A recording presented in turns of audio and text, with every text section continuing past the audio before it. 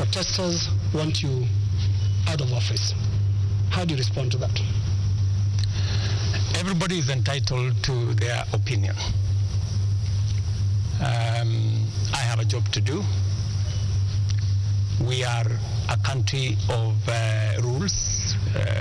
We are a constitutional democracy and citizens, because we all enjoy the freedom of speech, freedom of thought. Citizens are free to engage in discourse that they want to, but that is what it is. Those are the fruits and signs of a democracy. But this is no ordinary discourse, Mr. President. Over 20 people are dead. 39 are missing through state-driven abductions. And first, they're asking a very simple question. 24 people dead. Your Excellency, do you have blood on your hands? I have no blood on my hands. 19 people, to the record that I have from the security agencies, are dead. Very unfortunate. As a democracy, that should not be part of our conversation.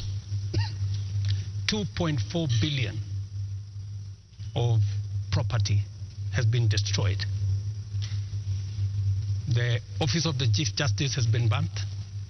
City Hall has been burnt. Parliament has been burnt. That is the situation.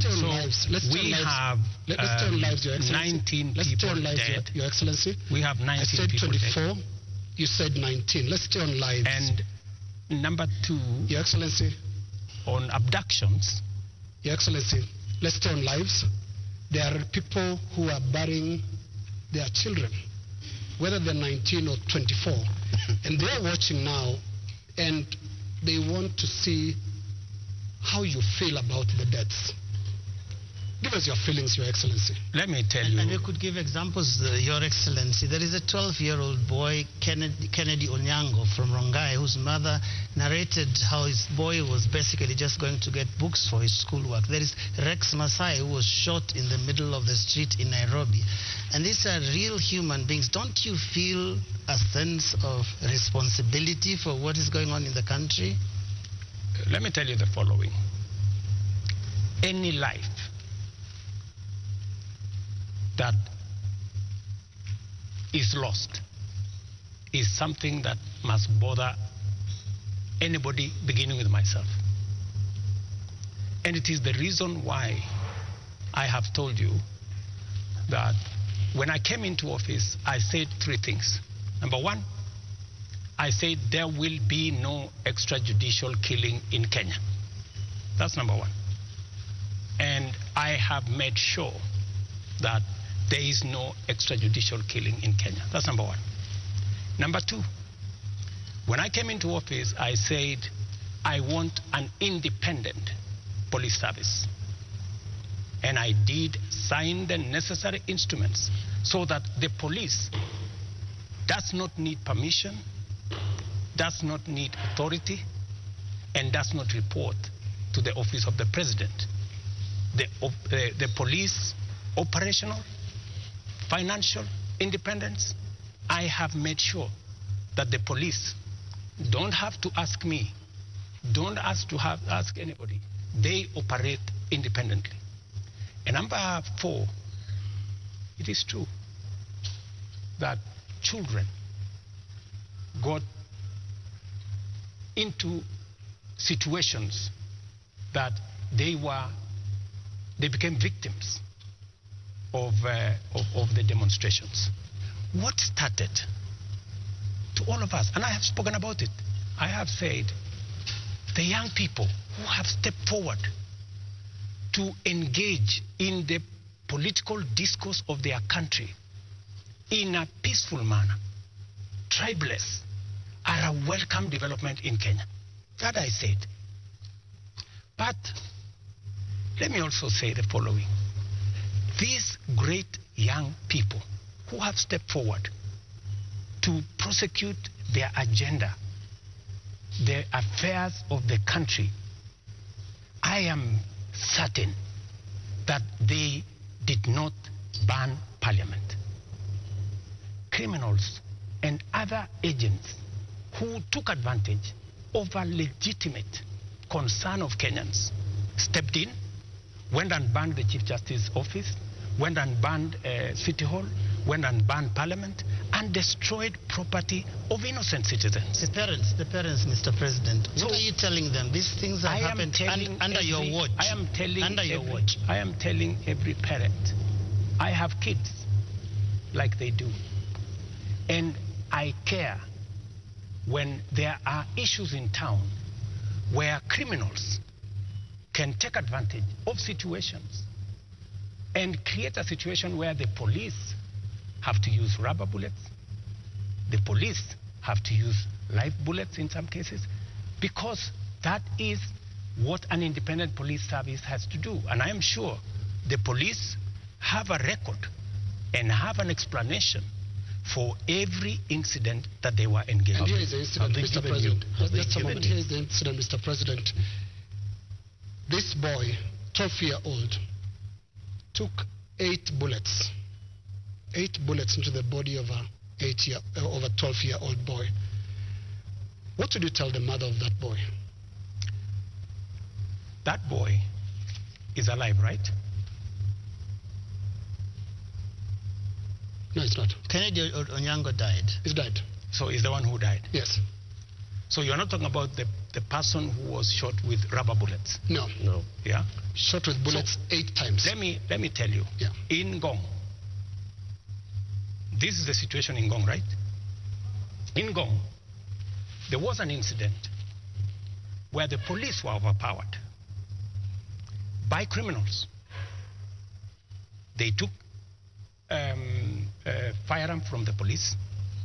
They used that firearm against people. And one policeman had to shoot this fellow who had hijacked a gun from a policeman so that not to endanger the lives of more citizens. It is among the 3 people. One of the criminals is among the 3 people who was shot by the police after they overpowered the police and took the bullet and took the gun from the police and used it against innocent citizens. I cannot confirm to you that this is not the man that shot the child, but investigations are going on and we will get to the bottom of it. Mr. President, I am telling the mother of this young person that I, as president, will make sure that finally I will give her an explanation of what really happened and make sure that we bring this to a situation where, like her, like myself who have children, she too her child can be accounted for. Mr. President, the Kenya National Commission on Human Rights is the one that has accounted for 24 bodies lying in morgues. And those bodies, the records show that these people either died in hospital while undergoing treatment for gunshot wounds, or they ended up in the morgue in the last 2 weeks with gunshot wounds. 24.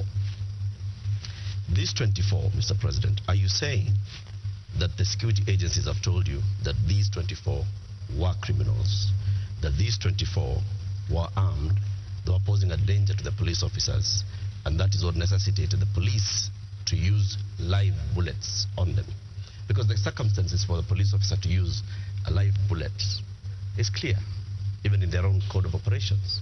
It is when the life of that police officer is in danger, or when somebody else's life is clearly in danger, and the person who is endangering that person is armed. Were the 24 armed? Did they pose a danger, a direct threat to the police? 2 things.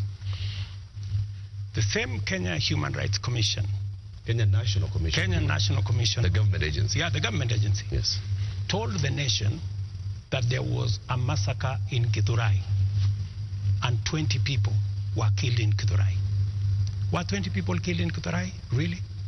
The Kenya National Commission on Human Rights does not have records of 20 people killed. No, but that's their statement. It is a statement that is public, you know. So the same Kenya Human Rights, Kenya Commission, National Human Rights Commission told the country a blatant fake news falsehood. That Are you saying this, a massacre? this 24 is also... Let me, you asked me a question. Allow me to answer. Yes. That's what they told the country. So an organization that can tell the country without verifying that there was a massacre in Githurai.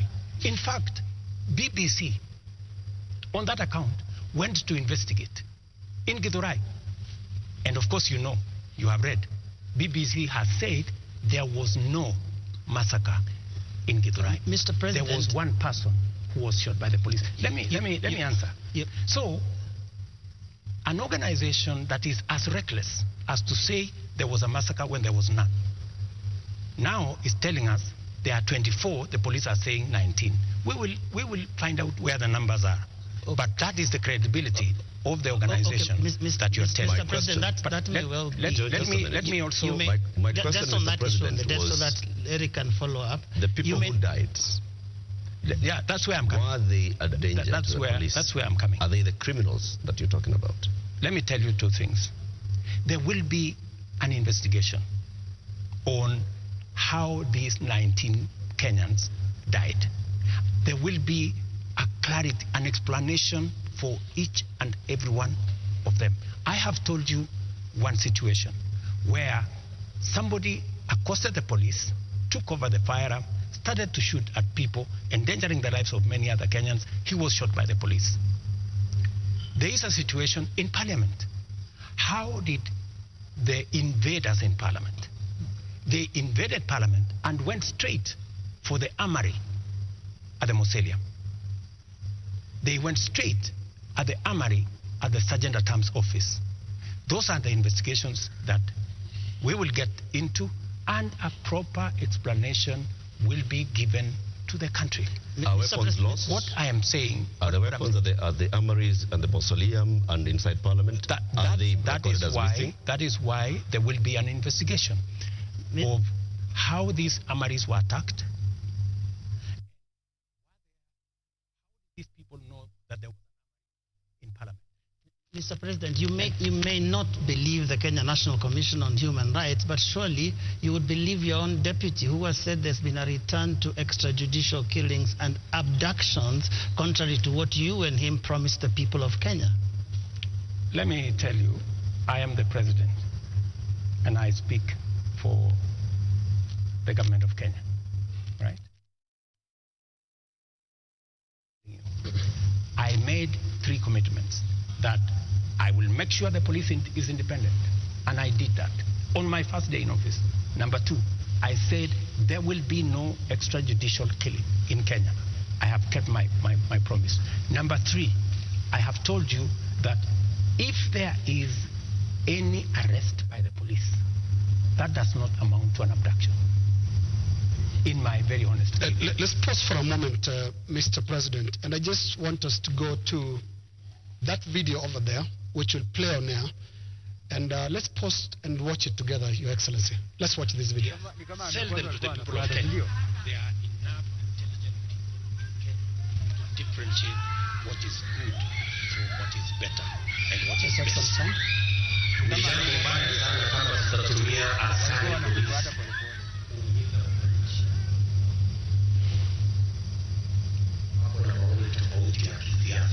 And waeleze ya kwamba these people don't understand the damage they are doing to the people and the economy of Kenya. All right.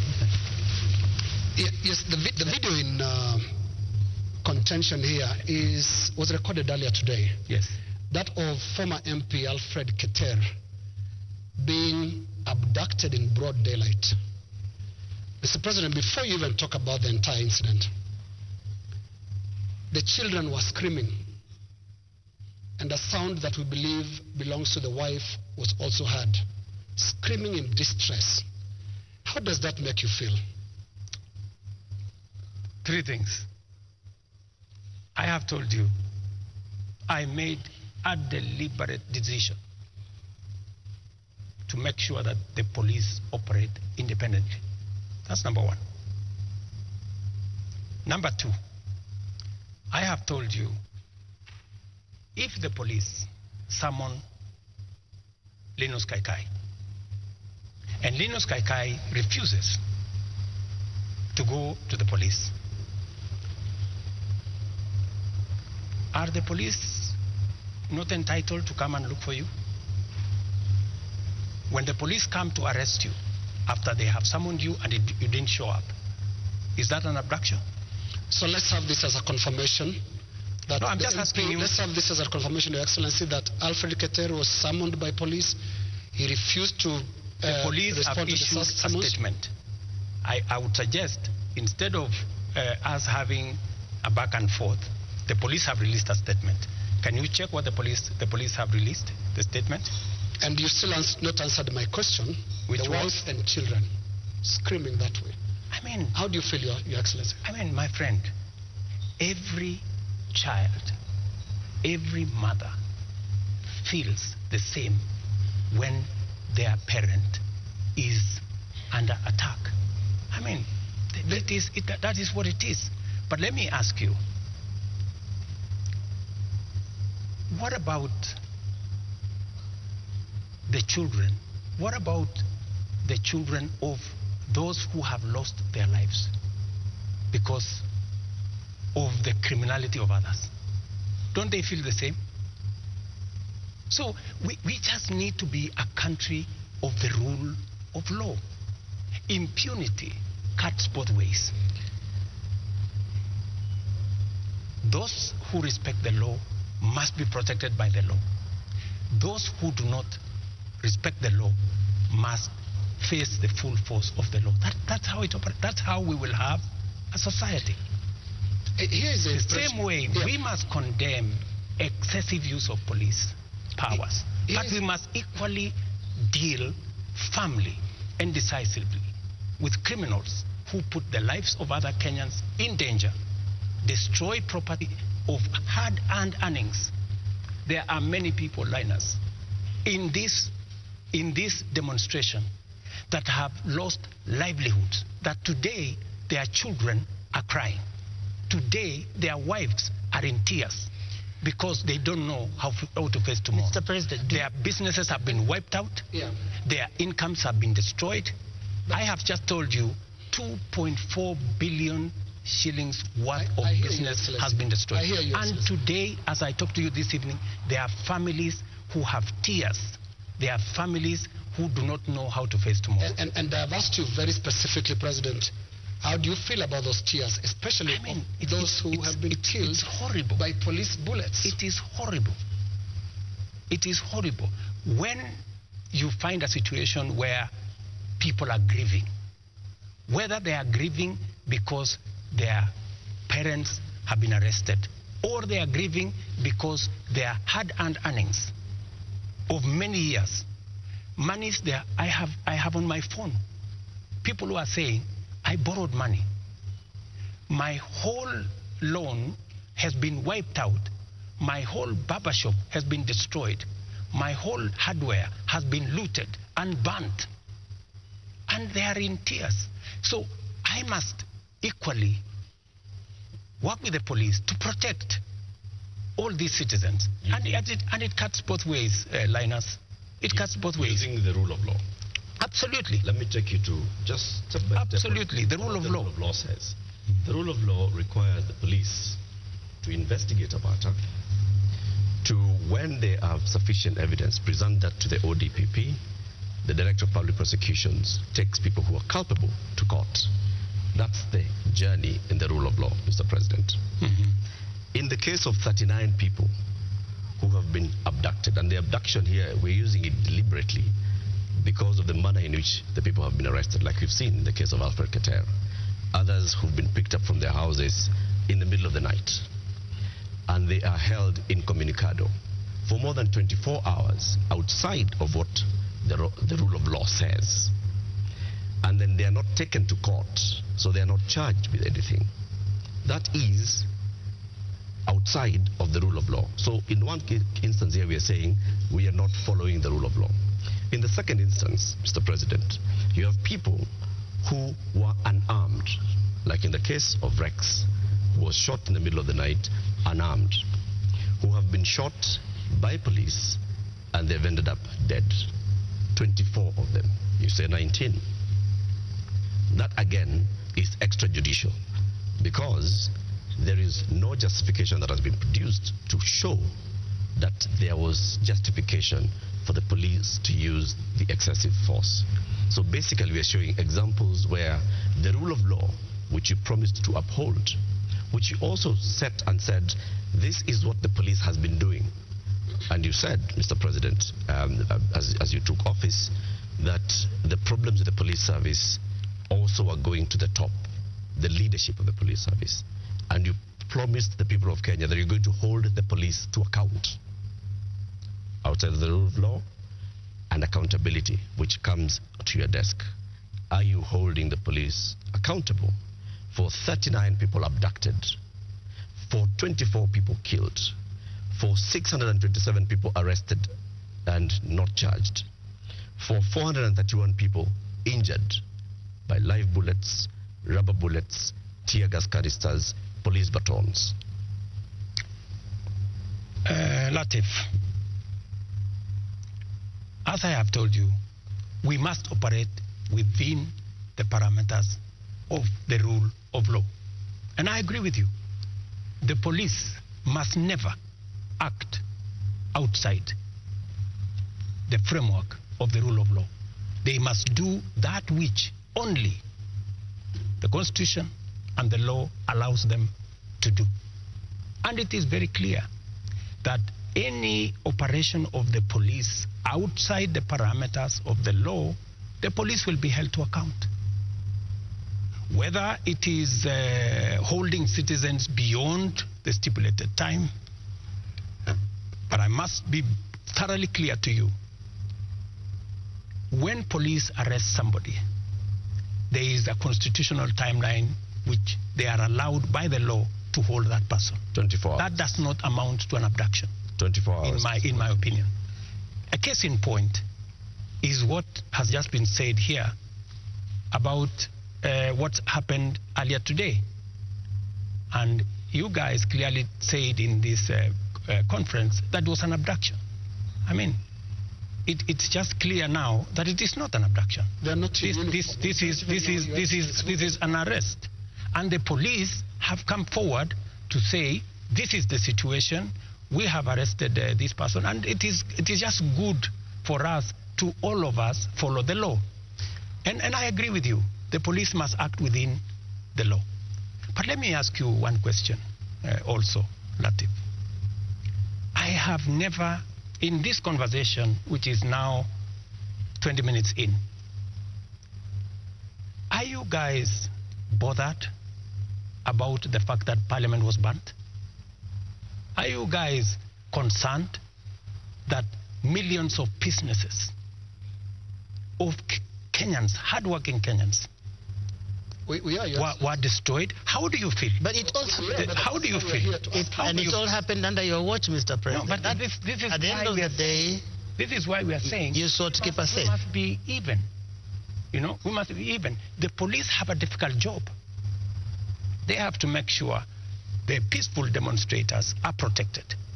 But they also must make sure that the criminals, and when you say criminals, you know, when I said the other day criminals, many people took offense that I was calling the demonstrators criminals. That's not. Families of the dead, that is not. That's a lot of offense. Family of Rex. Rex was killed in a week when the protesters were very peaceful. The first week of these protests were peaceful. We saw protesters carrying placards and water bottles. Rex was killed on his way out of work.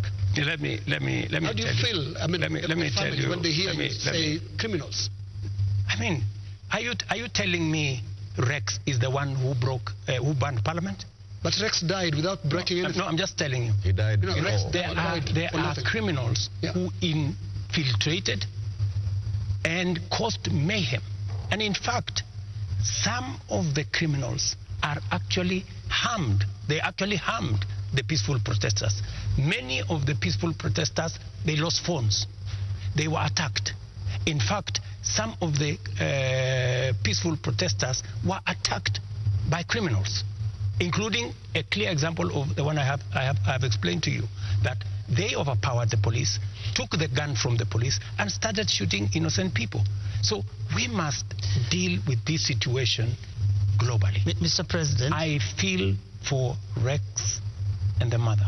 This should not happen to any child in Kenya, especially when they are engaged in a peaceful demonstration. Mr. President, the concern I've heard from the young people, because I've been speaking to a lot of them, and they said they haven't heard you. In the two statements, actually there are more now because you have spoken in other settings, apart from the two addresses you gave. They haven't heard you address them. They haven't heard you talk to these parents. They haven't heard you acknowledge that there were people who were shot by police in circumstances that did not warrant that. Are you saying you haven't seen anything that bothers you about how police responded to these protests? I am very, and in my first statement, I clearly said that innocent lives were lost. In my second statement, I said the same. There were innocent lives lost.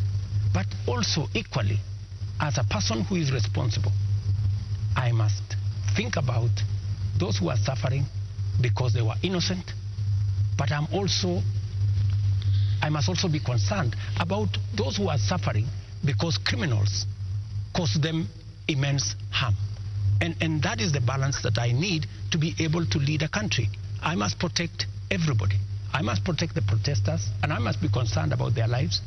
I must also protect innocent people who become victims of criminals who take advantage of a peaceful, democratic process that goes on in our country. Do you feel that you protected all those people in the last couple of days, whether it is people who have businesses, whether it is Parliament, whether it is the people who lost their children? I did my best. If I hadn't done what I did, things would have been much worse. In fact, many people ask me, Mr. President, why did you call in the army? I mean, what choice did I have? I mean, it would have been very reckless of me in the face of the kind of harm people had gone through, the 19 lives that were already lost, in the face of a burning Chief Justice office, Parliament, and the rest of it. I mean, it would have been very reckless of me not to mobilize every arm of government and every arm of our security agencies to protect the country and to protect lives. You acted as commander-in-chief. You also acted as president, head of government, and the person who took the sword and promised to protect the people of Kenya. You chair the National Security Council, which brings in the head of the police, the head of the intelligence, the head of the military, and cabinet secretaries in those dockets. Did you have information prior to Tuesday that there was going to be infiltration of the peaceful demonstrations by the criminal elements that you've talked about more than once? And if you did, what did you do about it? We had information, and that is why we prepared in the manner in which we did. If we hadn't prepared in the manner in which we did, we would not be counting 19. We would be counting different numbers. Okay. And I am telling you that the level of mobilization by criminals was heavy.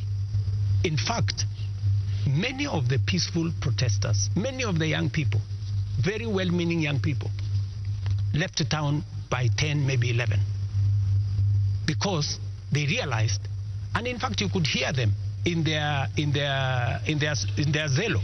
They were saying, guys, this is not our group. Let us go. Let us leave. You could hear them. It was in public domain that the peaceful demonstrators all of a sudden realized that the whole thing had metamorphosed into criminality. So the criminal elements that basically hijacked. So Tuesday, Wednesday, Thursday, Friday, Saturday, it is Sunday. Mr. President, how many people are in custody on account of this? Those who you said they conducted treasonous activities, there were criminal elements. They. You will see them in court tomorrow. How many people are in custody? You will see them in court tomorrow. The police know what I have a ballpark brief by the police that they have enough people. They have actually, because in Kenya nowadays, you cannot commit crime and get away with it. Those who attacked Parliament are on CCTV. Those who attacked the judiciary are on CCTV. Those who attacked everywhere, those who destroyed people's shops are on CCTV. Many of them are on the run, but we will catch them.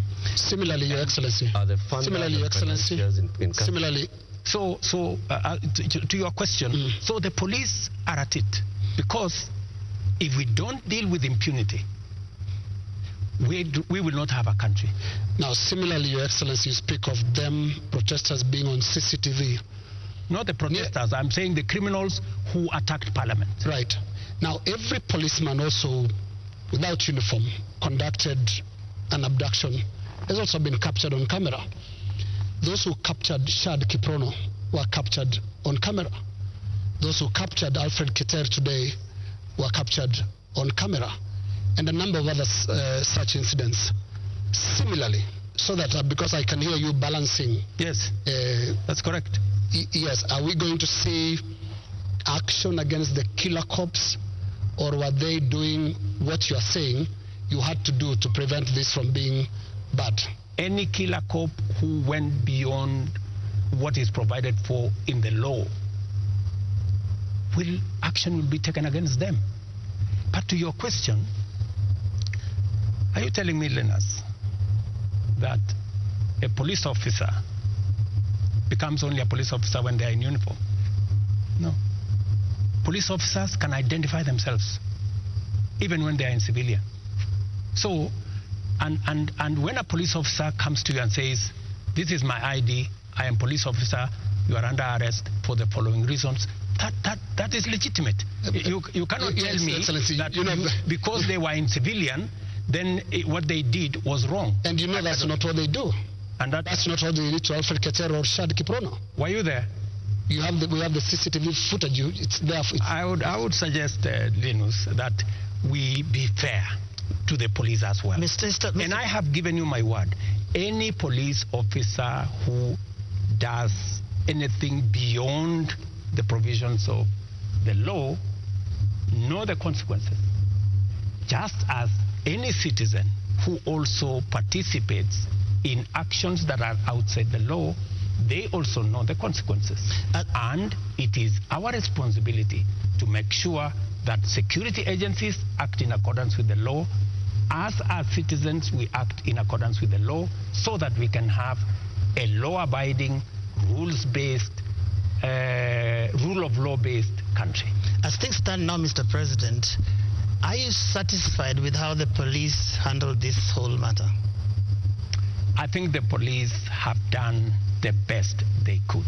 If there are any excesses, we have mechanisms to make sure that those excesses are dealt with. Let's wrap it this way, Your Excellency, on that topic. You have absolutely no regrets about the abductions and no regrets about the killings? Those are your words. Those are not mine. They're also your deputy's words. Don't put words in my mouth. They're also your deputy's words, and it's part of your government, because it's so scary, Mr. President, sitting there and telling the whole country that from this moment on, we should not believe what your deputy tells us about the state of the nation until you speak. Yet we all thought that you're part of the same government. Don't inject my deputy into this conversation. I think it is not fair, since he's not here, to tell you in what context he said whatever he said. I think it is not proper to discuss the deputy president here. And he's my deputy. Please let me deal. But have you asked him that you had a press conference? Let me deal with the issues as they are now. I think being personal and going that direction does not help. I wish this was personal, Mr. President, but it's a really serious national issue that right after you spoke, your deputy told the whole world that he was informing us that extrajudicial killings and abductions had returned to this government that he's part of. How surely can that be personal, Mr. President? I am sure that if you interview the Deputy President, he will answer that appropriately. You haven't asked him? You can take it from me that extrajudicial killing will not be part of an administration that I run. I can say that without fear. Now, yes, in the interest of moving this conversation forward, Your Excellency, I want us to look into the last 2 extraordinary weeks that this country has had. Protests that you called tribeless and some of your aides call leaderless. But protests that are led by young people who are unhappy with how you've run this country for the last just under 2 years now. But the question they have as they look at you and watch as you speak today, Your Excellency, do you get it? I get it. Let me tell you, my good friend Linus. What we are facing today is not a product of 2 years. What we are facing today is a product of many years. We've had a problem, a youth bulge, a demographic challenge as a nation, which we have ignored for very long. For the first time, I have decided that I am going to be deliberate, I am going to be intentional on tackling the challenge of young people and unemployment in Kenya. First time there is an administration that thinks about the young people. Let me give you 3 examples, maybe 4. But let's keep it within the 2 weeks, please. No, it's okay. It's the 2 weeks. Yes. But don't look at the 2 weeks in isolation. The young people we have in the street did not happen in the last 2 weeks. They were not born when I became president. They were not jobless when I became. They did not become jobless when I became president. But I want us to. These are young people who, over the years, we have close to 4.5 million young people who are out of school, out of college, with degrees, certificates, diplomas, without jobs. And that is why I have done 4 things. Number 1, when I pushed the housing program, it was not about the houses. It was about the jobs. Today, as I talk to you, Linus, we have 160,000 young people working in different parts of Kenya under our housing program.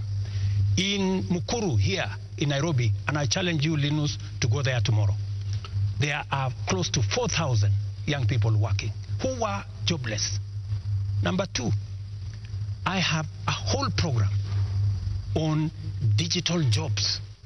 I was in Ruto now, with the MP just allow me. Allow me to interrupt you. No, allow me. There are risks on both ends of this interview. No, you told me I want Your Excellency the young to people. talk about the last 2 weeks. The young people are saying, you don't get it. You don't understand what they're talking about. Now, what is the trigger here? They're saying there was this conversation about the finance bill that your government, until the other day, could not listen to anybody. It's not about the housing project. It's about listening. They are saying yours is not a listening presidency, and yours is not a listening government. How best can I listen to the young people of Kenya if I am not addressing their issues? And that is why I want to tell you, Linus, these young people, what is their biggest issue? They have talents. They have gone to school. They have no jobs. That is the problem. And I am addressing those issues. Housing is one of them. Digital jobs is another. I was in Ruiru with Simon Kingara, the MP for Ruiru, launching an ICT hub that is actually hiring already 5,000 young people. Our whole plan, including what was in the finance bill, was to increase CDF by 10 billion shillings to roll out ICT hubs in every ward in the Republic of Kenya, so that we can hire young people, train them, put them on digital jobs. I have a third program on export of labor. Mr. President. I have a fourth program on manufacturing, to be able to create more opportunities for the young people of our country.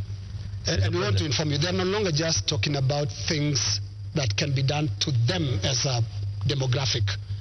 They are looking at the big picture. Finance bill brought them out. And when did they come in? They came in after all public participation forums were not listened to. Kenya Association of Manufacturers spoke to the parliamentary committee, same thing, and said this is a bad bill. Association of Insurance spoke to the parliamentary team. This is a bad bill. We had a big conversation on national television. This is a bad bill. You did not listen. You had a meeting here with your UDA MPs and at some point told them to pass it as it is. And until the last week, that was the first Tuesday when the protests were there, when now you offered to some amendments.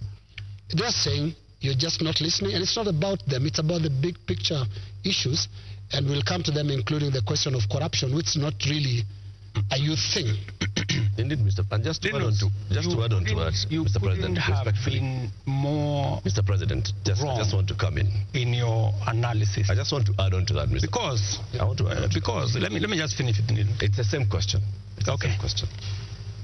Mr. President, if you went into all the X spaces where the youth are speaking, if you looked at the demonstrations and what they were saying, the placards they are carrying, none of them has talked about we don't have jobs. None of them have talked about the housing jobs are not enough for us. None of them have talked anything about what you've mentioned. So it's not that they are not seeing about the jobs. It is beyond that, Mr. President. And respectfully, I want to put it to you that you're not hearing what they're saying. In fact, only had after the protests, after all those things you described, that's the time that you came. Let me tell you the following. The rejection of the finance bill, and this goes to what Linus has said, that we didn't hear anything. Let me tell you, the process of a finance bill, in fact, many people believe in Kenya that the finance bill is an invention of William Ruto. It is not an invention of William Ruto. The finance bill is an instrument that has been with us ever since independence. Only that we have made it much more transparent. Only that we have brought out more to the public. And that is why there is greater interrogation of what government is doing, especially after the new constitution that made public participation not a sterile provision of the constitution, but public participation to be an integral part of lawmaking, an integral part of managing the country. Let me tell you, when we took the bill, when we formulated the bill, it had 346 billion of new revenue. When MPs went out to the public said, we don't think this is good. We don't think this is good.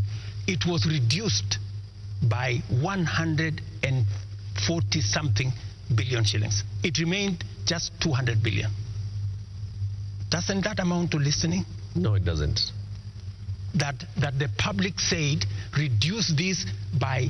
No, it doesn't, no. Mr. President. And that's why I said reject it. Just wait. Just wait. No, we are talking about listening. Yeah. Just relax. We're talking about listening, okay? So the public said, reduce this by 146. We sat down, we cut down the areas, we reduced it to 200. What went into the space was the people who wanted to mislead the public, to say, oh, you see, in fact, everything you have been told is still there. This was not removed. These people are not listening. These people are not listening. And let me tell you, my good friend Latif, we have dropped the finance bill. Yeah? What does that mean? It means we have gone back almost 2 years. It means that this year we are going to borrow 1 trillion shillings to be able to run our government. That's what it means. I have been working very hard to pull Kenya out of a debt trap. Mr. President. Let me just allow me, because we need to contextualize this finance bill. It is easy, Joe. It is easy for us as a country to say, let us reject the finance bill. That's fine. And I have graciously said, we will drop the finance bill. But it has huge consequences. It means we will not confirm the JSS teachers, 46,000 of them.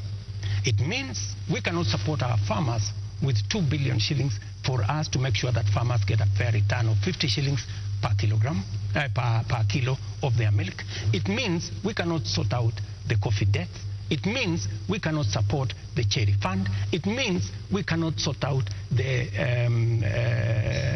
deaths of farmers in Mumias. It also means that we will continue to import potatoes from Europe when we have potatoes in his village. You just told me in Kimana. We have potatoes in Nyandarua. We have onions all over the place. That may well be. I think the problem has been, these are people who are saying they haven't been listened to. You only listened because you said on that night, on that Wednesday night, that is the moment you said that you had realized, Mr. President, that Kenyans did not want anything to do with that bill. And one would wonder, how can that be, Mr. President? And you have had all these presentations that have been made. Did it have to take demonstrations and sadly loss of lives for you to come to a point where you'd realize what your people, the people that voted for you, are saying? That, I think, is what the young people are asking. Let me tell you, Joe, members of parliament are representatives of the people, elected. They are not fools. And they are not mad.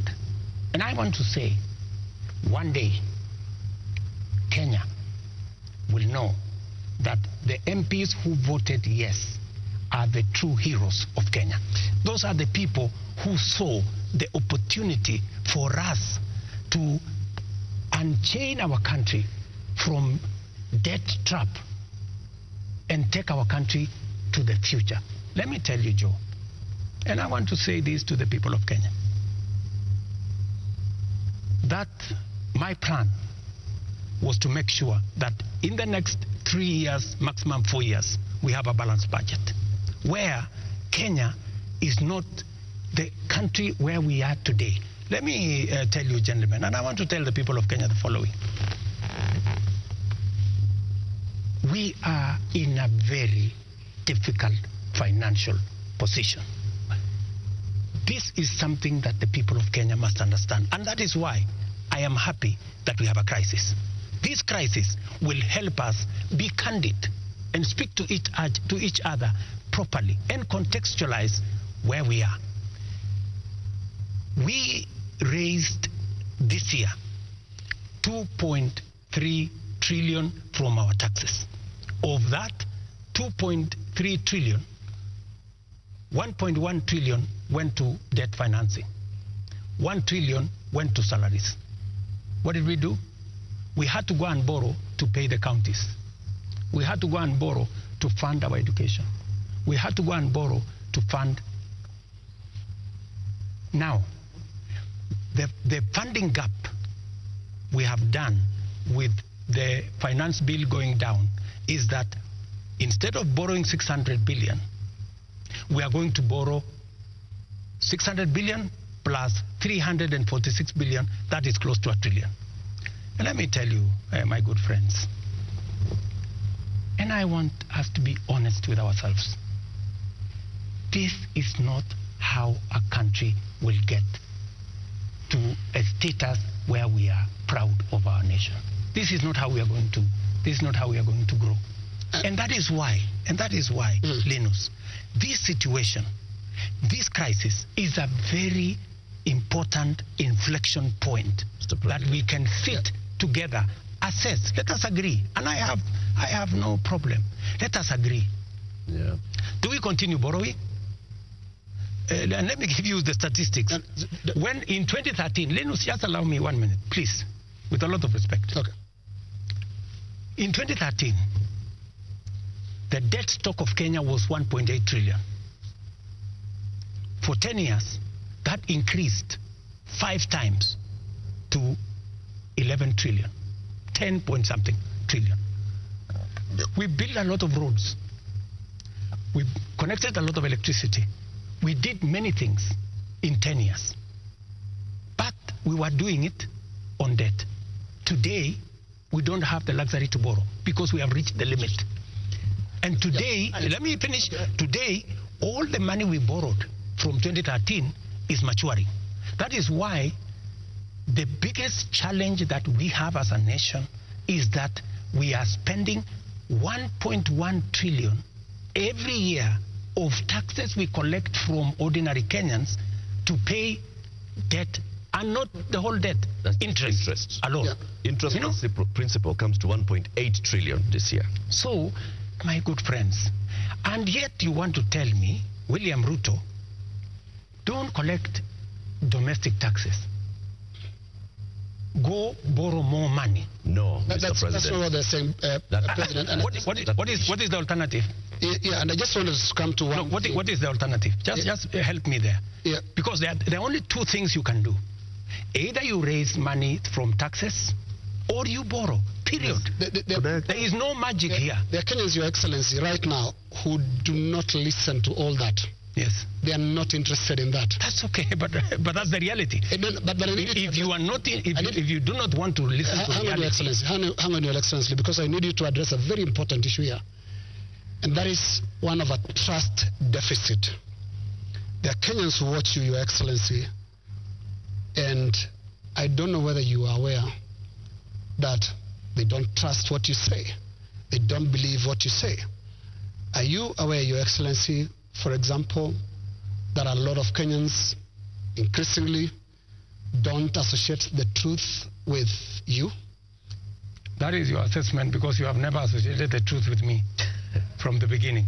There's quite a number of Kenyans. No, I mean, that is your assessment. We asked people before we came here. That is the assessment. Yeah. And many of those that responded to me directly, and to even our platforms, on KTN News, on Spice FM, on NTV, on Citizen, and we're asking them, what question should we ask the president this evening? And the one thing that many of them were saying is, when will he stop lying? So it's not Linus. Can you tell us the truth this time? Let me say the following. I told the people of Kenya that I would reduce the prices of fertilizer from 7,000 to 2,500. I don't know how that is a lie, because they buy it at 2,500. Okay. I told the people of Kenya we're going to have a housing program. A housing program is underway in Kenya. I can tell you, Linus, that whether you believe me or not, facts will not change. Yeah, and facts are not changed by who says it.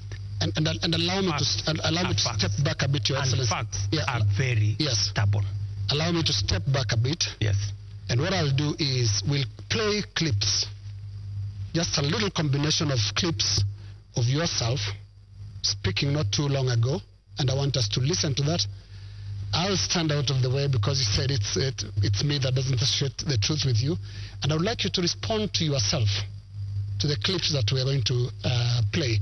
But you see, Linus, let's watch that, Your Excellency. I think, Linus, you don't bring clips that are in a biased way. You select maybe something that has not happened. Yeah. Can you be fair and select clips across the board? What I said and has been done, and what I said and maybe has not been done. So let's watch that. Maybe you can watch that.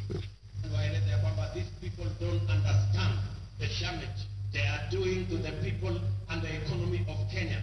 Kwa hii taxes wanaongeza usiku na mchana. Na mimi nataka niwaulize watu wa hapa Manga, tafadhali, mkiona tumesimama hapa mbele yenu, tunawaambia kwamba tutengeneze hiyo serikali inakuja ambayo inaelewa lugha ya mwananchi wa kawaida. If you have good ideas, why do you need a police? Why do you need blackmail? Why do you need intimidation? If you have better ideas, tell them to the people of Kenya, there are enough intelligent people in Kenya to differentiate what is good from what is better and what is best. Ni jambo baya sana kama tutatumia askari polisi kuumiza wananchi wasio na hatia, eti kwa sababu wako na maoni tofauti ya kisiasa. Na waeleza kwamba I agree with that. It is not fair to use the police to harass citizens who have a contrary opinion. And that is perfect. That's what they're accusing you of. I still believe that. That's what they're accusing you of. But you don't tell me that... What is the problem with Alfred Keter? Yeah. Is that a contrary opinion? No, it's not a contrary opinion. I mean, the police have said why they arrested him. It is not because of me. I didn't give any instructions. I didn't even know what was going on. Let me tell you, Linus, I am a very clear-minded person on what I say. When it is the police, I have said, many of the people who opposed me, many of the people who were very scared about what I would do when I become president, even the people who did worse things against me, I have never gone after them because I don't believe in settling political scores using the power of state or using the police. Let me also say the following. When I talked about the taxes that I was on the campaign trail, yes. I was addressing in the campaign trail, it was very obvious that when at that time we were in subsidies, that did not make sense. It is because I removed the subsidies and I changed and put production support.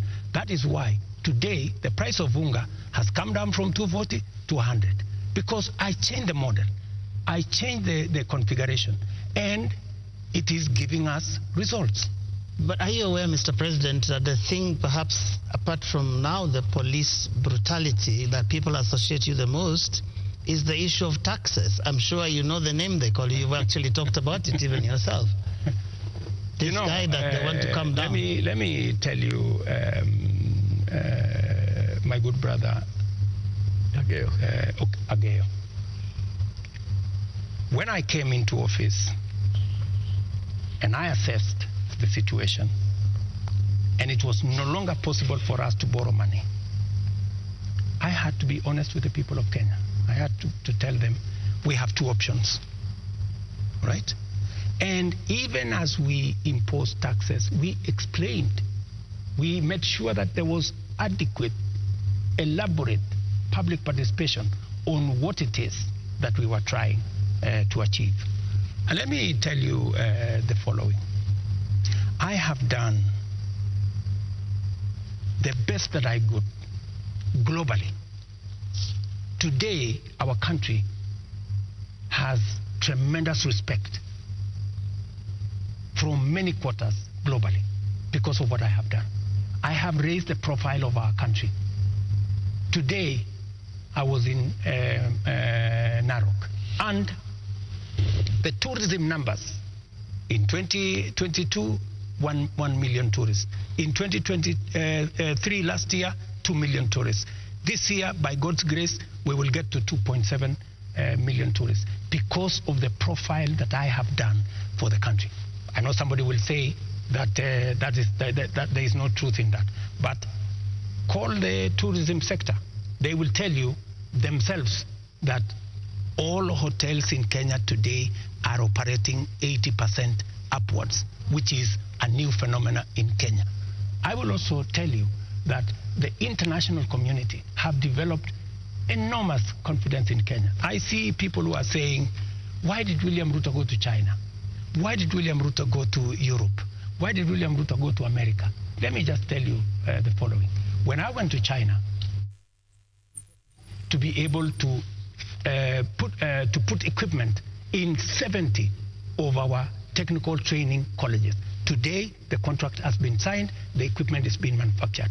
When I went to China, we got money to build Bosto Dam that has been waiting, that will serve the counties of Bomet and Kericho.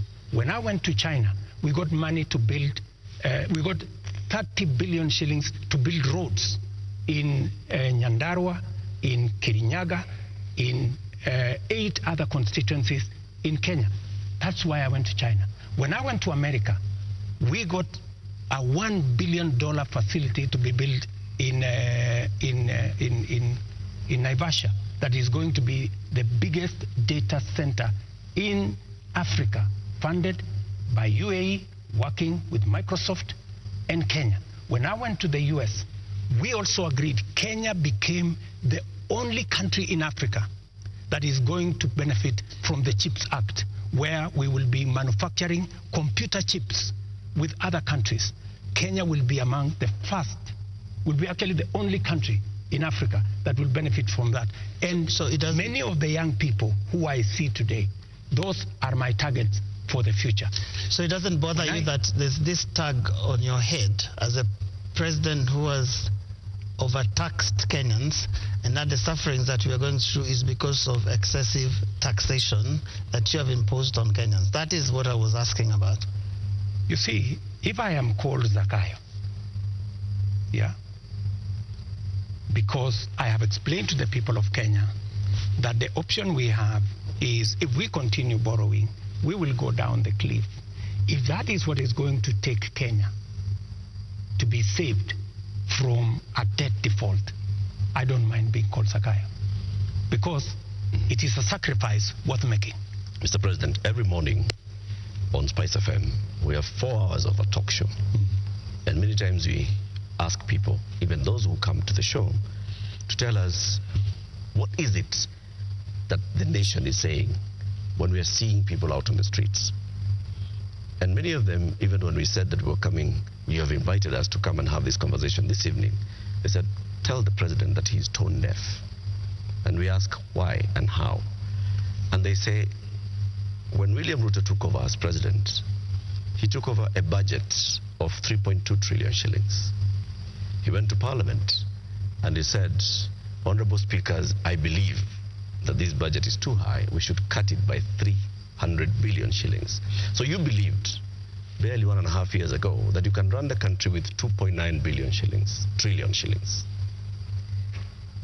Barely a few months, you went to Parliament and requested to spend 3.6 trillion shillings.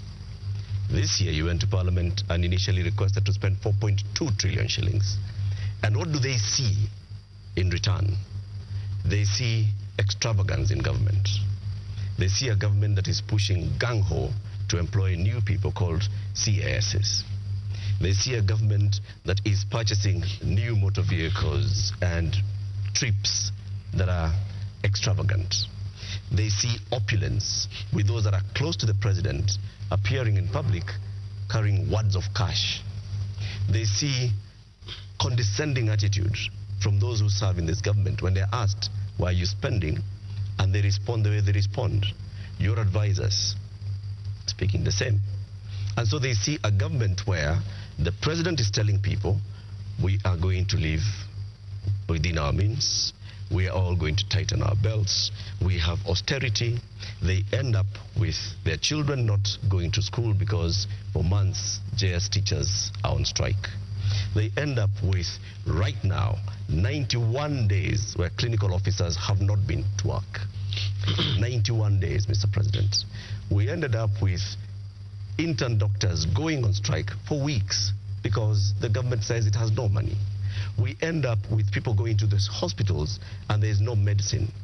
We end up with people who are being told that we don't have money to pay salaries, or we don't have money to pay salaries and also having development.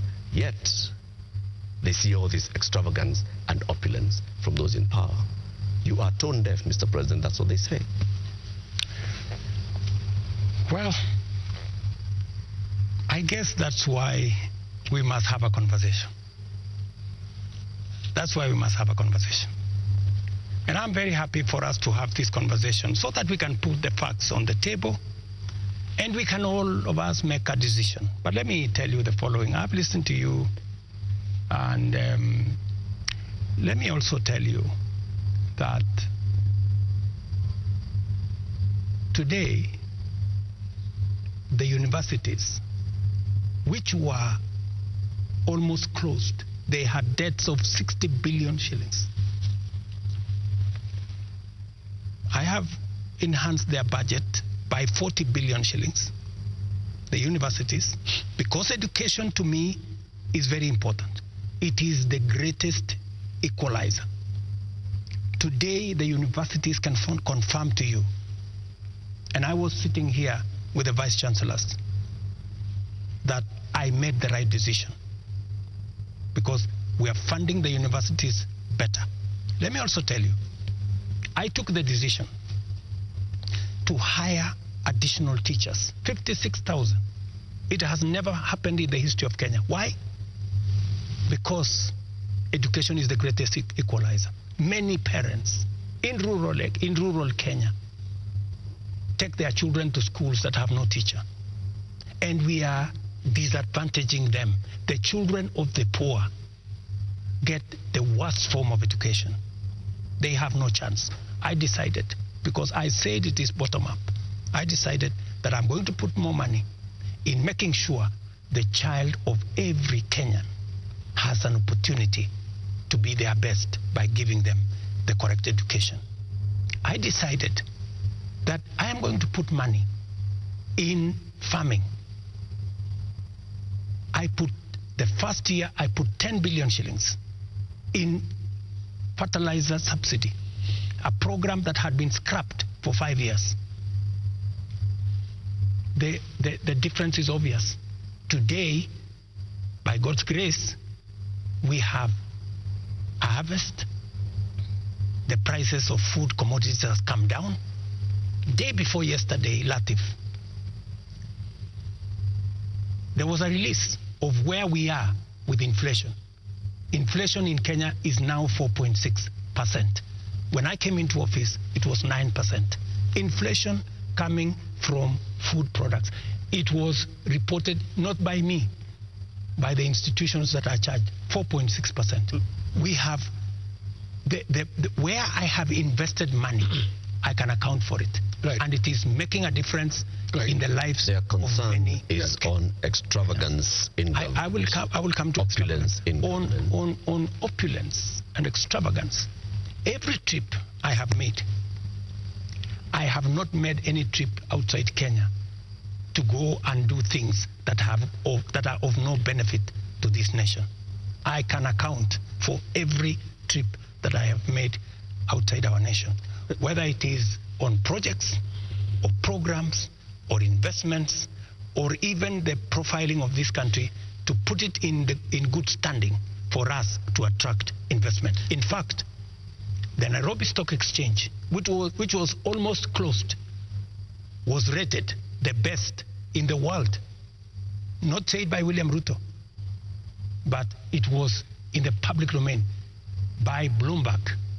If you don't believe me, believe Bloomberg. Mr. President, So I have done what I could for the country. But let me finish opulence. Let me go to the opulence. And let me be very clear that the display of insensitivity is a statement that has come to me, and is a sentiment that has come to me, and you will see something very different going into the future, whether it is coming from my staff, whether it is coming from this office. And I know people have raised issues of CAS, for example.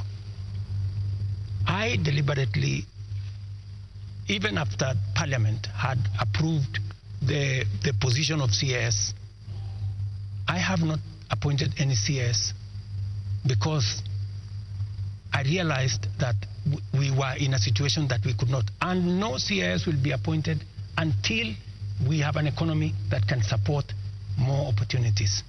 I know citizens have said that there is no need for the office of the first lady or second lady. Third lady. These are offices that were there.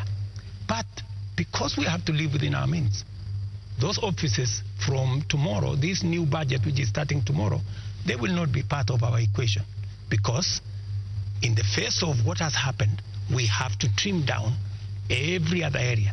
And in fact, not just those, many other spaces are going to be trimmed down to reflect the new reality, especially after the finance bill was taken down by myself when I said we take this down. We are going to cut our clothes. We are going to cut our coat, the size of our clothes. We're going to reduce money going to counties. We're going to reduce money going to the judiciary. When I came into office, the judiciary was getting 18 billion. Today, they are getting 25 billion. But it was because I believed in the rule of law. I believed that we needed to do something about making sure that our judiciary has resources, because Kenyans were telling me directly, justice delayed is justice denied. I have hired the highest number of judges under my administration because I believe that Kenyans must deserve justice. Will you reduce the number of ministers, ministries, or state departments, or advisors? That is an area we are going to target and cut down because it is the reality we have to face. Mr. President, when things like this happen elsewhere, this is a whole finance bill that's been taken down. Correct. You have people who have been advising you on financial matters. You have people who have been advising you on political matters, listening to the people. You have advisors who have talked down at Kenyans, who have called them spoiled kids, KFC, Java, and whatnot. And you have people who have been around you talking into your ear with regard to some of these things. And many people have ventured to actually say that this amounted to a vote of no confidence.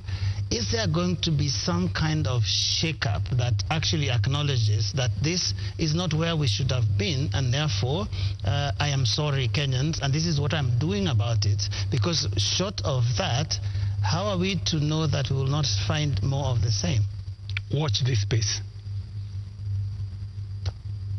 There are those who have said now that clearly there are many people who have lost confidence in Parliament. There are those who have lost confidence in you, that maybe the way to regain the legitimacy is to go to an election. There is no provision. You know, we are a country of the rule of law. Yeah? We must, whatever it is that we do, we must keep it within the parameters of the rule of law. And we cannot take what has happened over the last 2 weeks or thereabout and say we are going to abrogate our constitution. I think we will be going towards anarchy. And I don't think that is where we want to take our country. There is a demand on me as president, and I have said,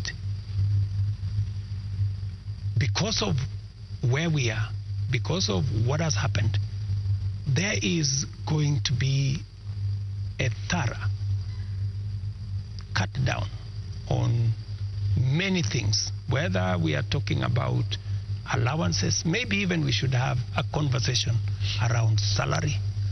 We had a meeting here with MPs, and even them, they are persuaded maybe it is time to ban Harambes so that we remove avenues of people participating in largesse demonstration of, opulence.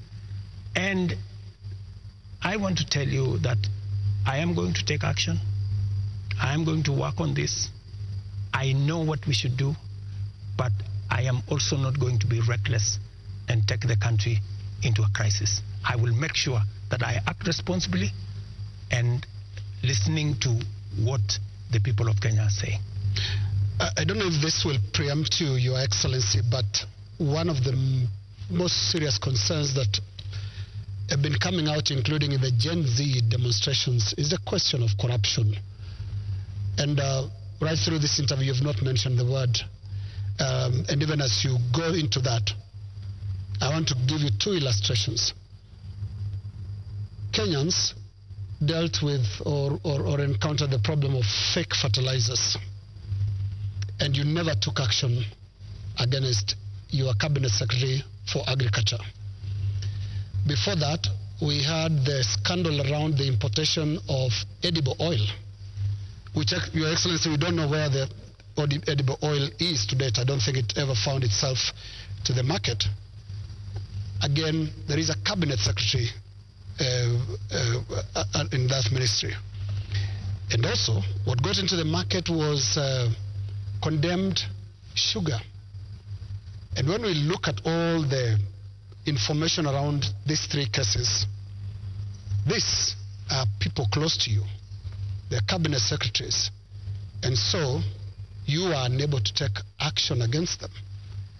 So why should you be trusted now to act? Because there are those who read and say you are really a hostage of those who campaigned for you to become president. They get away with anything. Three things, Linus. We hadn't reached the question of corruption. So don't unfairly accuse me that I have not spoken to it. I am ready to speak about it. So that's number one. Number two,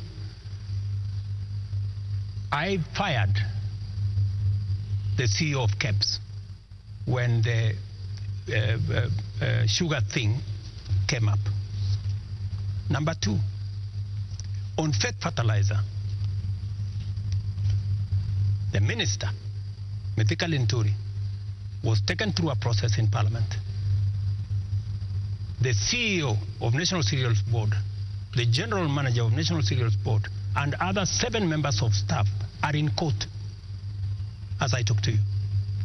The people who signed the contract, they are in court. You spare big fish and roast the small fish. Let me just finish. Yeah. Because I need Linus. You know, I am a fair person, and I am a believer in the rule of law. Even though I may not like you, but I must respect that there is a due process. The moment, you know, we will have a minister who is charged in court, meaning there is evidence that they have participated in crime. Believe you me, I will take the action that is necessary. But if somebody is taken through a process and that process comes out without an indictment, I mean, surely we must give somebody the benefit of doubt until it is proven. And the fact that the CEO, general manager, and all the people that were there who actually evidence was found have been arraigned in court. Isn't that a step in the right direction? What a political responsibility.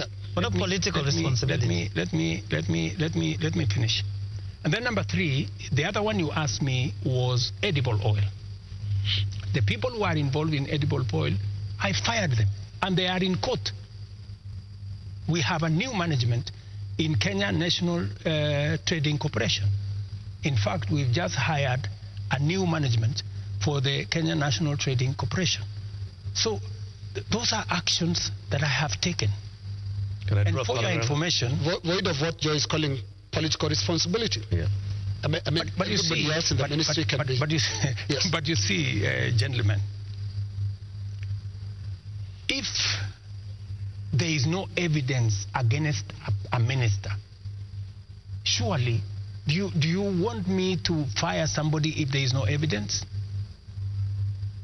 You know, there was a time Uhuru Kenyatta, as I served him as his deputy, removed 6 cabinet secretaries.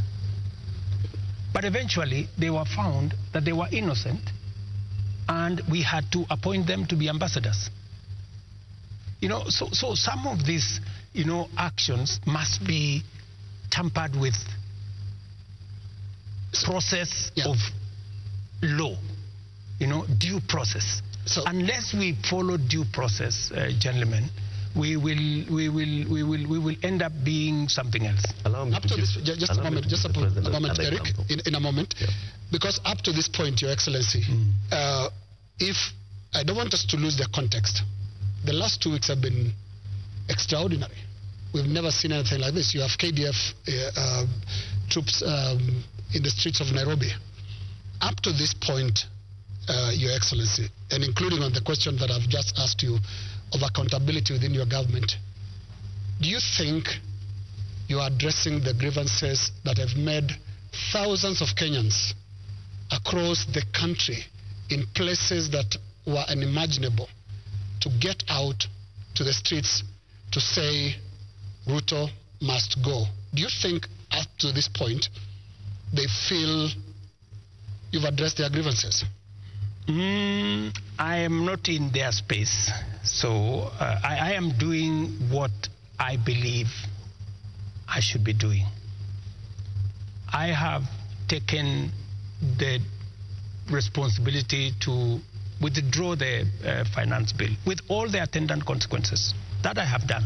I know what it means, and I know where it takes the country, and it is not a simple decision for me to make. And for your information, the finance bill was going to take Kenya big steps forward. But it's a sacrifice I've had to make because of the political reality that we are in.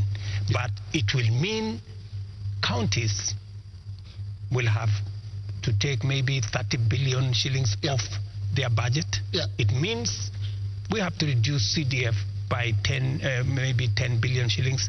It means we have to rethink about what to do with JSS teachers. It means we have to put on the freezer. We wanted to hire another 20,000 teachers because there are kids who do not have who do not have teachers. It means we have to work on our UHC program. We thought we would upgrade, for example, Linda Mama.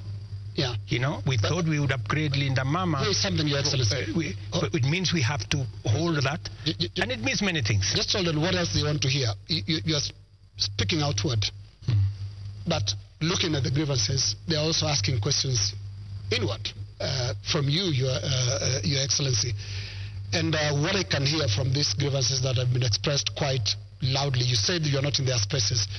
We sometimes get into the spaces to listen to what they are saying. And all they're saying is, you cannot be, for the next 3 years, the president that you've been for the last 2. So what is that you're going to change about? That's why William Ruto? That's why Linus. Yes. That's why Linus. That's why we are here. Of course, it's not going to be business as usual with the kind of reality we are faced with now. It has to be different. Do you regret anything at all? What you should have done better? What your people would have done better? Well, maybe there are things we should have done better. We should have communicated better. I think the biggest problem we have, even with the finance bill, because the finance bill has great things for Kenya. The finance bill says we shouldn't be importing potatoes from Europe.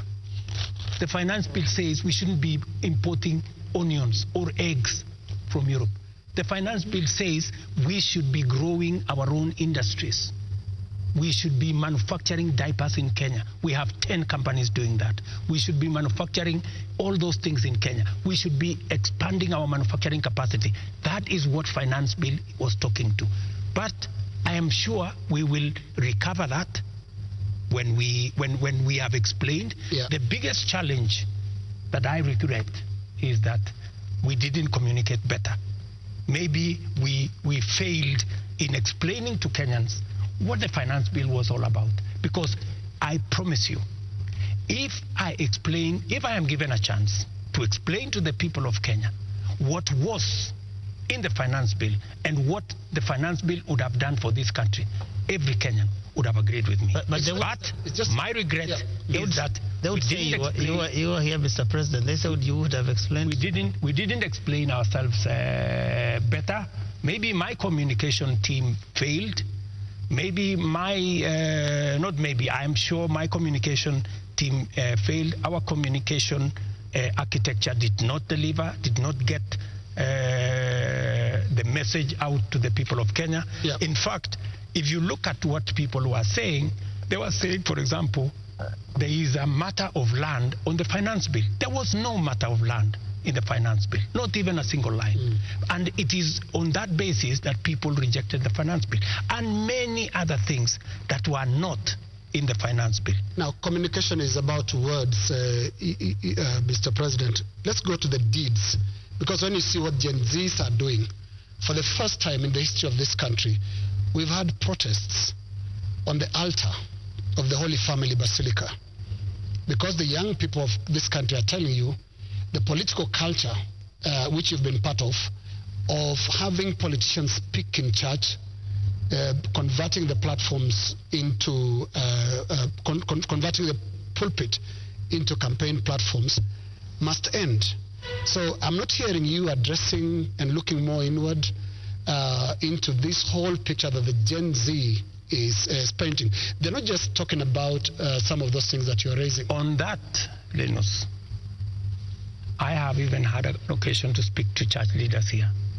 On that, on matters of politics on the pulpit, I am 100% aligned. We shouldn't be using pulpits in churches or in any other places of worship to prosecute politics. It is not right. And I agree, we need to change that culture. We need to change the culture of Harambee. Harambee started as a noble exercise. It supported many people to go to school. It supported many people to deal with the challenges of medication and hospital bills. But I think it has been stretched. It bred corruption? It has stretched too far. And I think it's time, as a country, we must stop corruption. We must stop Harambees, because it is occasioning and it is breeding, if I may say, corruption. Yeah, because when your aid of a much lower pay grade donates 20 million shillings to a church fundraiser, there is something fundamentally wrong. And that is why this conversation is necessary, so that we can stop it.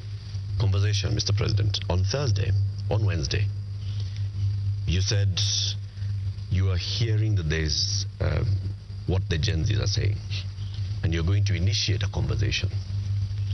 We saw the head of public service release a press release saying that there is now a formation of a national multi-sectoral forum that will bring together all people.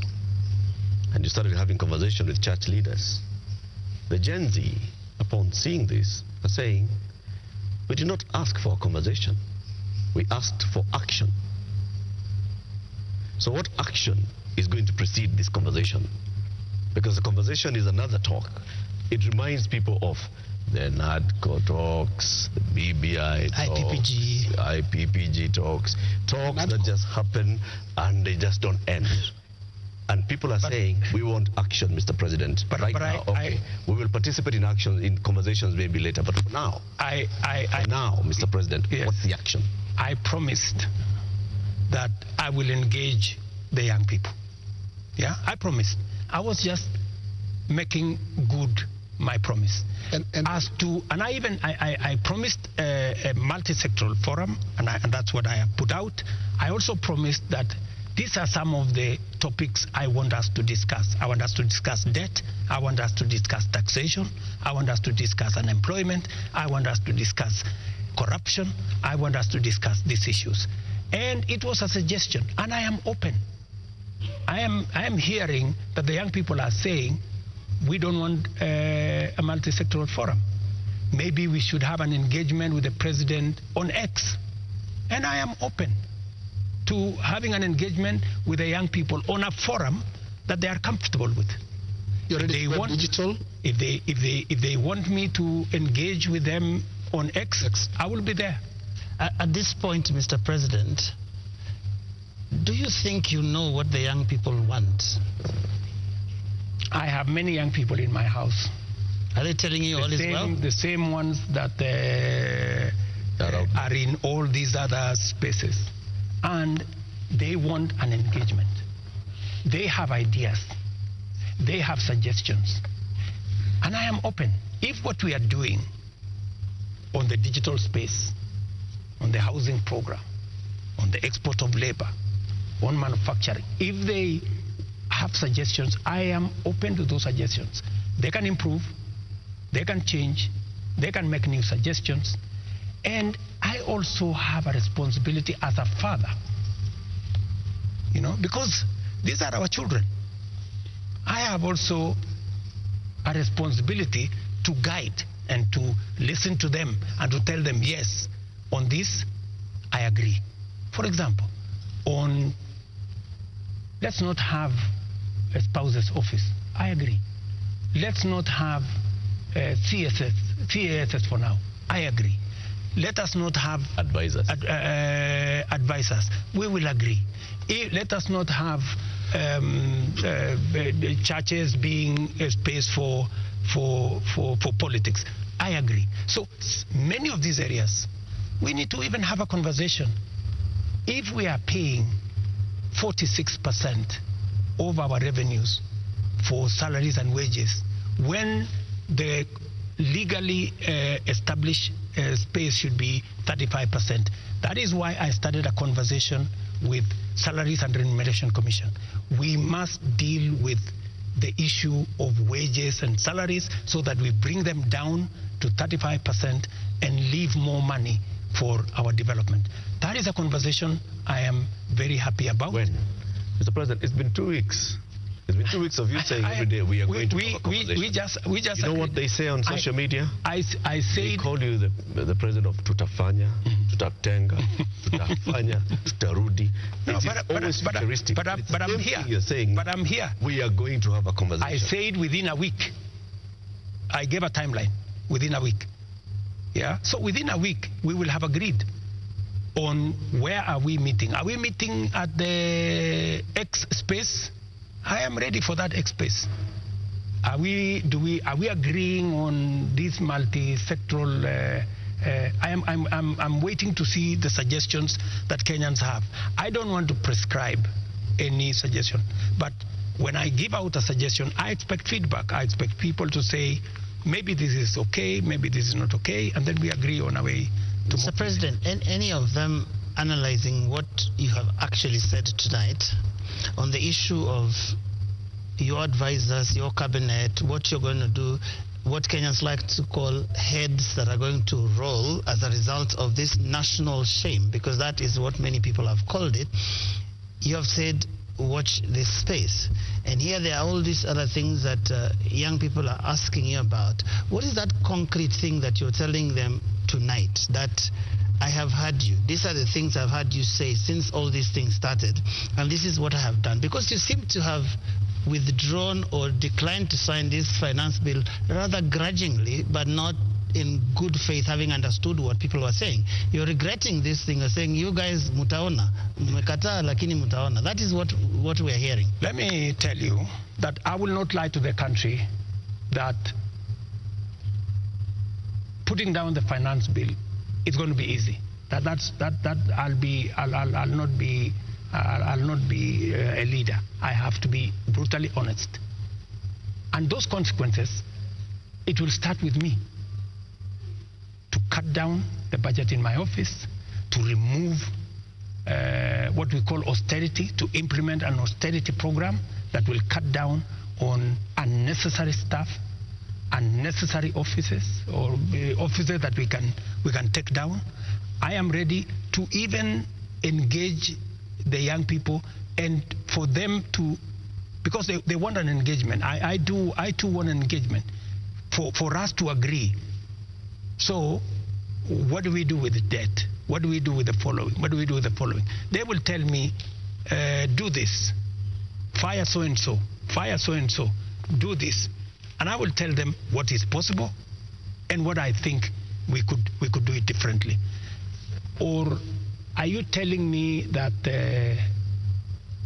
I should just listen and implement without making a contribution to the conversation? I thought we are having a conversation. I'm just telling you what they are saying. I'm not saying anything else. I'm just telling you what I'm hearing, because yes, you did say you are not in their spaces, but I am in their spaces. And in 2 weeks, Your Excellency, by now you'd have known what you should do. And I mean, there are basics. Which 2 weeks? 2 weeks of the riots and 2 weeks of the protests. It's been 2 weeks. It started the other Monday. So let me ask you, Linus, the protests, I finally decided that because we didn't communicate sufficiently to the people of Kenya the import of the finance bill, and there was so much built around it, including a lot of fake things, that were not in the finance bill. Many things that were not in the finance bill were used to fight the finance bill. And at some point, many people did not even care what was in the finance bill. Do not care. I think, at some point, as leaders, we must stop somewhere and say, we have a country to run. I mean, we cannot be reckless. We must, at some point, stop and say, what are the consequences? Because everything we do has consequences. And we must be careful as a nation to make sure that our country does not go down to the dogs. And believe me, countries, have gone in the wrong direction. And we must be careful. And I don't want to be the leader that took the country in the wrong direction. We must be measured. We must be careful. We must listen to the young people. We must listen to other views and be able to make a carefully well thought out plan for the country out of where we are. Yeah, but what if the protesters are actually saying something in totality about your government, not just about the finance bill? It's not about just the finance bill, is it? Linus, as I have told you, we are a democracy. The people of Kenya can make a decision. Yeah? And I am perfectly, alive to the fact that when the people of Kenya finally, the same way they decided to elect me, when they make another decision, we will comply as the people of Kenya. That's what a democracy is all about. People can vote in a government, people can vote out a government for whatever judgment the people have. So I want to be very clear to the people of Kenya that I will do my best to make sure that I tell the country the truth and I take the country forward. And I am committed to that. And I can see Kenya changing. If I had managed to pass this finance bill, Kenya would not be the same. We would take this country to the next level.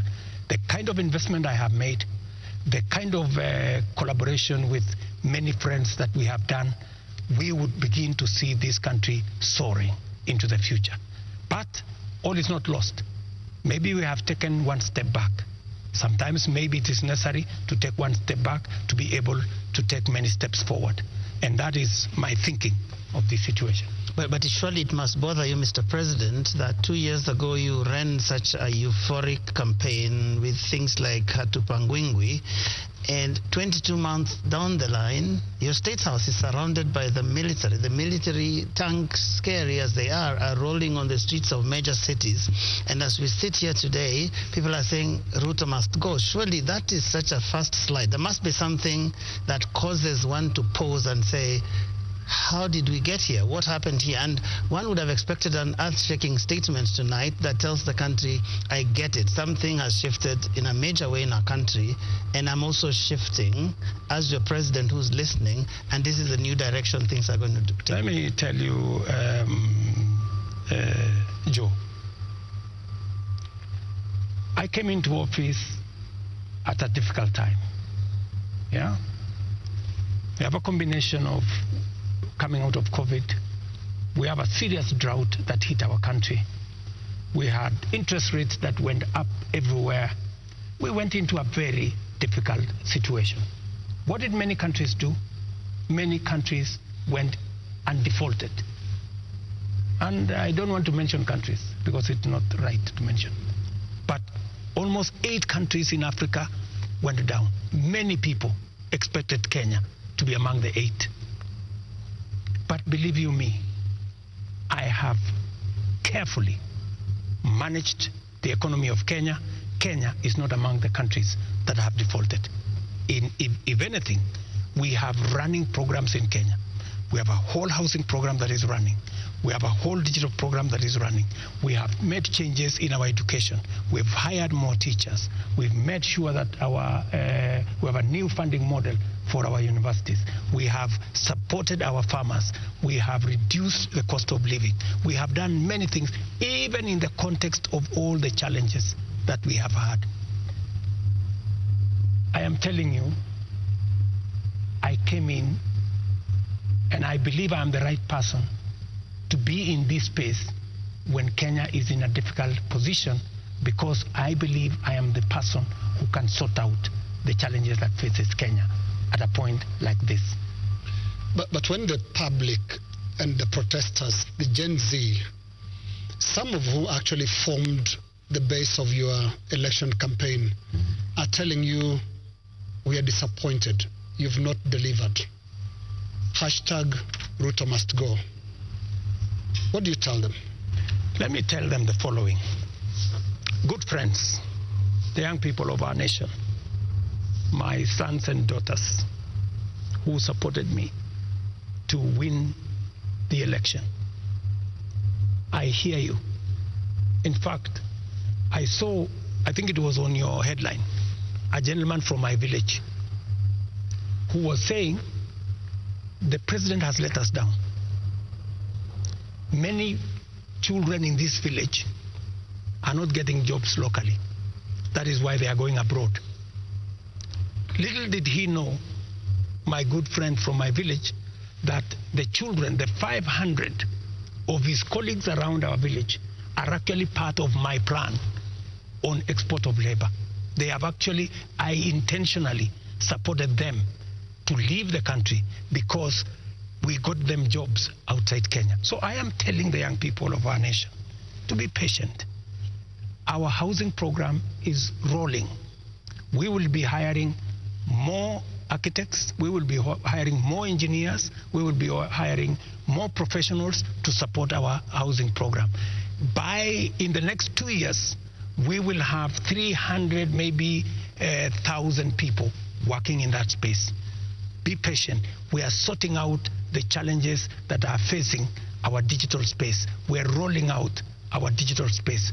Young guys, by the end of next year, God willing, we will have a digital hub in every ward in Kenya, because we have already started that process. Every TVET in Kenya today has an ICT hub with young people monetizing their talent.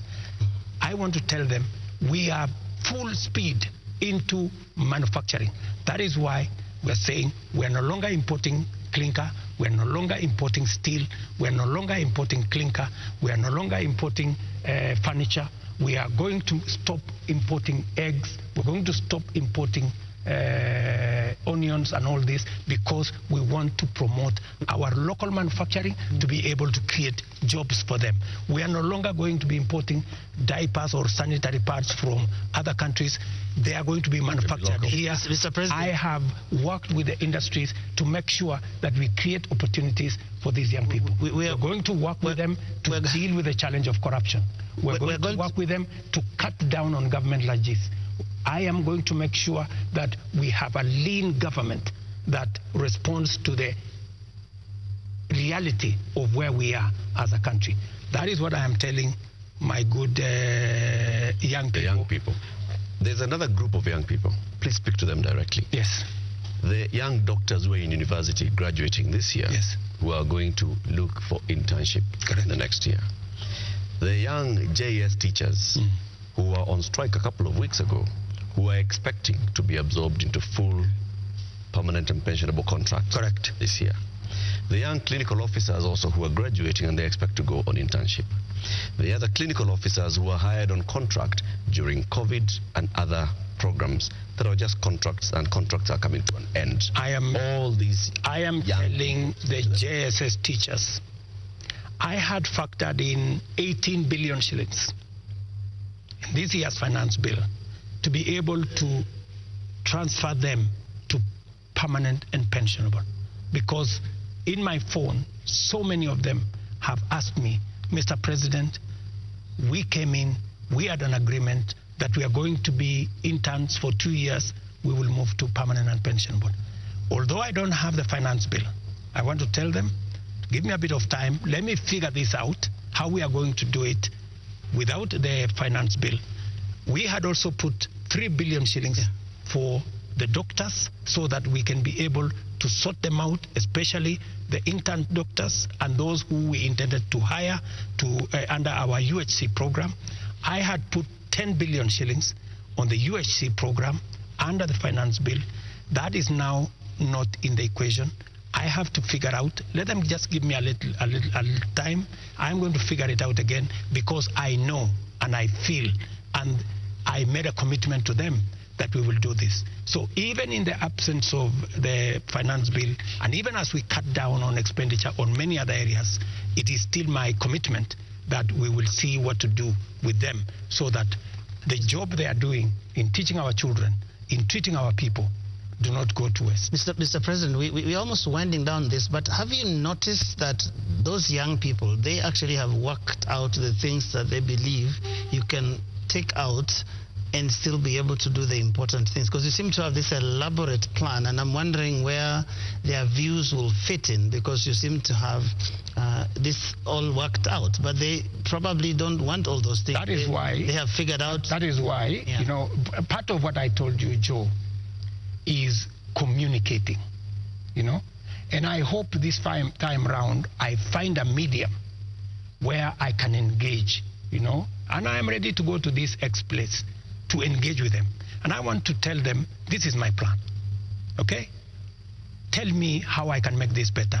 Tell me this is not good enough, you know, change this, because I have seen some of the demands they have made. They have said that don't hire CASs, and I agree with them. They have said remove the office of the first lady, the spouse of the second lady, and all that, and I have agreed with them. They have said a couple of things that we already are in agreement. They have, of course, said some of the things, abolish the office of women rep. I've seen they have also said we should reduce the salaries of MPs to 200,000 or something. Some of those things are things that are not in my power. Those are the things that we need to do, a whole of society, a whole of nation approach, so that if we are bringing down salaries from 1.1 trillion to 700 billion, that is something I am willing and I am ready to start with my own salary, going down to salaries of others, so that we can all live within our means. Your Excellency, we're now going to our final questions.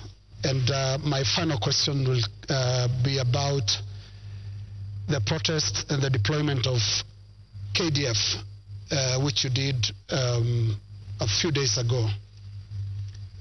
Now, the Gen Z, millennials, and the online Kenyans that are organizing these protests are promising to be back on the streets on Tuesday. What should we expect on Tuesday when protesters, peaceful as some of them have been, turn up on the streets of Nairobi? Do we expect them to be chased away by the Kenya Defense Forces? First, the Kenya Defense Forces will not be on the street. They only come as a last resort. If the demonstrations will be peaceful, I promise you, the police will be there to protect the demonstrators. But the police will also be there to make sure that the criminals, the fellows who come to burn offices, the fellows who come to loot property, will also be dealt with. That is my commitment. We must all operate within the law, and that is what it is. My final question is on the elephant in the room, the elephant in our budget, public debt. Candidate William Ruto responded to a question during the debate, and he said he's going to commission an audit of the public debt. President William Ruto last year responded to the same question and said it's important for us to audit our public debt. Today's question is when? Public debt is actually a public document where we are as a country. The 10-point-something trillion of our debt is in the public domain. But I am prepared for us to put in forensic experts as part of this exercise so that we can all appreciate, yes, this is what we owe, and then agree, how do we pay? How do we deal with it? In fact, I was in Korea. Korea, when they had a problem of debt, the whole nation came together. And people contributed gold. Others contributed many things because they wanted to pay their national debt. Maybe we will need that conversation once we are all clear that this is public debt. My question, Mr. President, is when? As soon as we finish this conversation, once we have agreed that this is the way we are going, I will institute the necessary steps to make sure that that debt is audited and it is made public for Kenyans to know this is the public debt. And I'm sure it will not take a month for us to be able to know, what is Kenya's public debt? And then we can take it up from there and go forward. Mr. President, my final question is about your cabinet. Given the things that have happened, given the questions that have been raised about fertilizer, about edible oils, about sugar and all of that, tonight, can you look Kenyans in the eye and tell them you have full confidence in the cabinet that is currently helping you to run the country? The cabinet that I have maybe could have done better. That's not the question, Mr. President. Maybe could have done better. I'm answering your question. Okay. Yeah. Maybe, unless you have a better answer, allow me to answer. No, I just thought my question was specific, but you can that's go what ahead. I'm saying. So maybe my cabinet would have done better, right? And I am going to do a soul searching on how we need to move forward. All right. Thank you very much, Mr. President, for your time. Ladies and gentlemen, that is where we end this conversation with the President tonight. My colleagues have been Lena Skaikai from Citizen TV, Royal Media Services, and Eric Latif representing KTN News from the Standard Media Group. And my name is Joe Ageyo from NTV. Do have a lovely evening.